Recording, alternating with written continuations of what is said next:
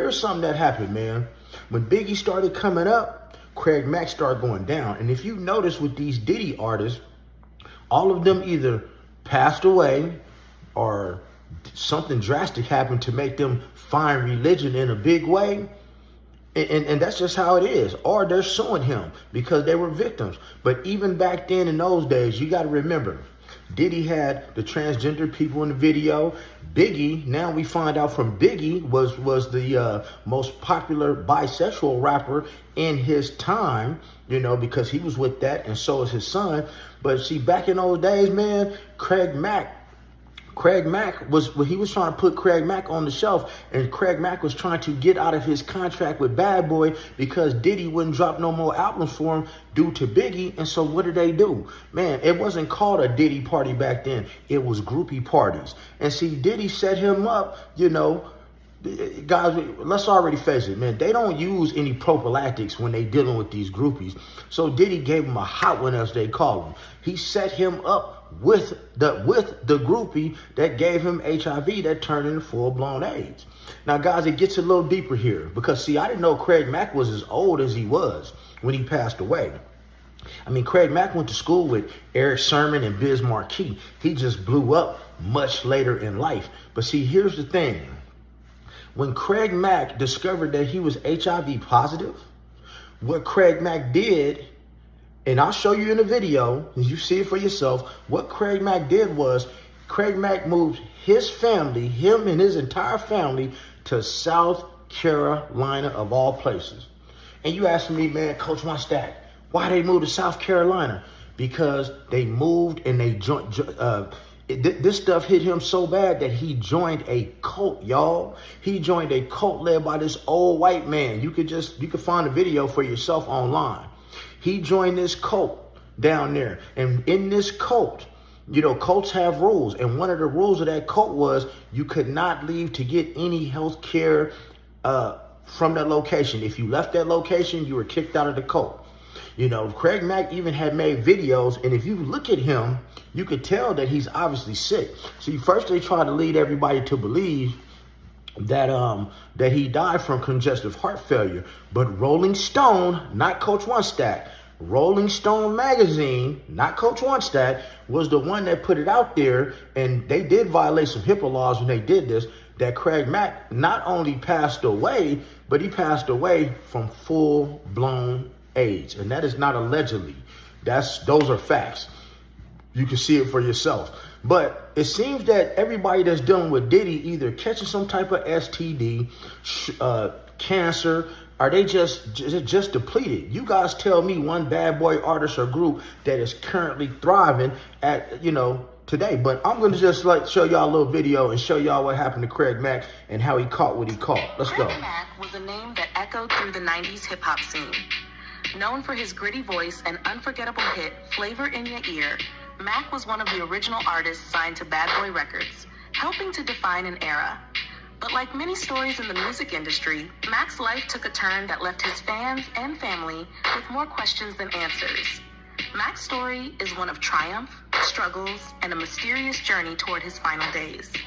His first wife, Roxanne Alexis Hill Johnson, his daughter Amanda Mack, and his younger brother Andrew Mack have recently opened up about the Flavor in Your Ear rapper's life, sharing insights into what happened after the spotlight dimmed, the highs of fame and the lows of life.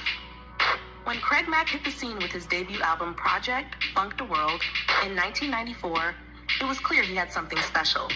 His single Flavor in Your Ear became an anthem, and the remix, featuring some of the biggest names in hip-hop like the Notorious B.I.G. and LL Cool J, solidified his place in rap history. But as Bad Boy Records grew, Mack's star faded.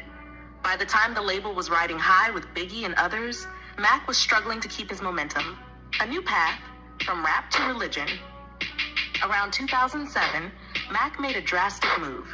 He left New York, the place that birthed his career, and relocated to South Carolina.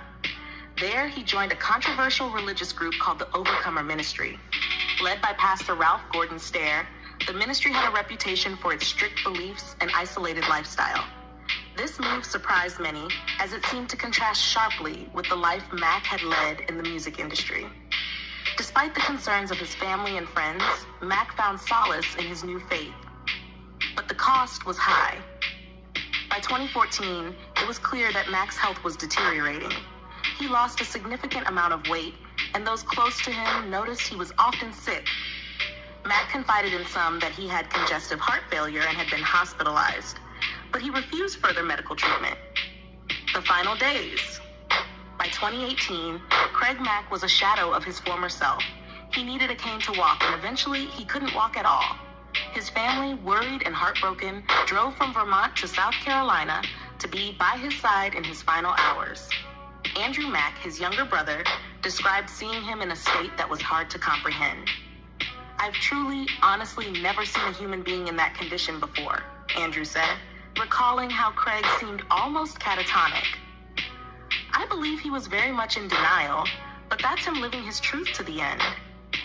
Mack's family is still grappling with the questions surrounding his life choices, especially his decision to avoid medical treatment.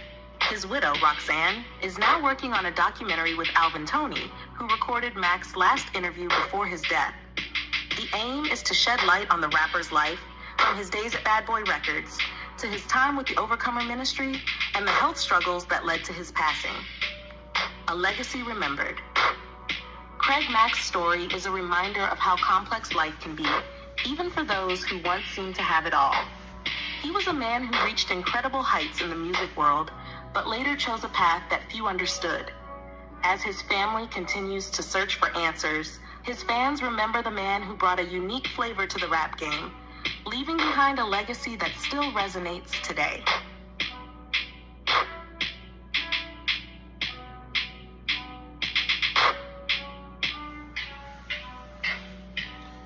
Now you see, guys, when you do your history, man, as I said,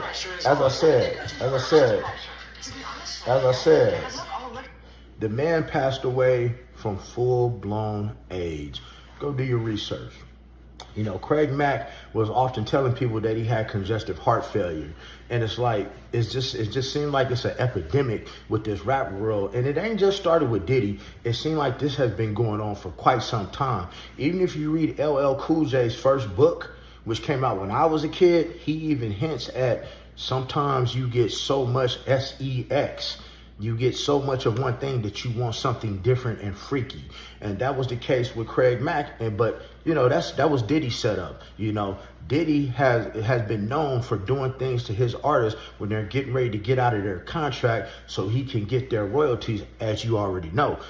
Some of Diddy kids were getting some of his artists' royalties up until maybe a year or two before Diddy got caught for what he got caught for, and now he's in the federal penitentiary, y'all. But I just want to just show some love for Craig Mack and for lead this video for a lot of you youngsters who don't know who Craig Mack is and how a lot of this Diddy stuff got started. But you know, I don't like to keep y'all long, so make sure you hit the like button, subscribe button, to smash that notification bell, man, and talk to me. I talk back. And leave in the comments, do you think Diddy is like a devil?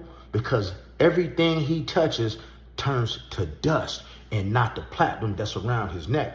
But you know the rest. Be blessed. Don't ever get stressed. Make sure you're getting plenty of rest and never get finessed. And make sure you stay out of trouble.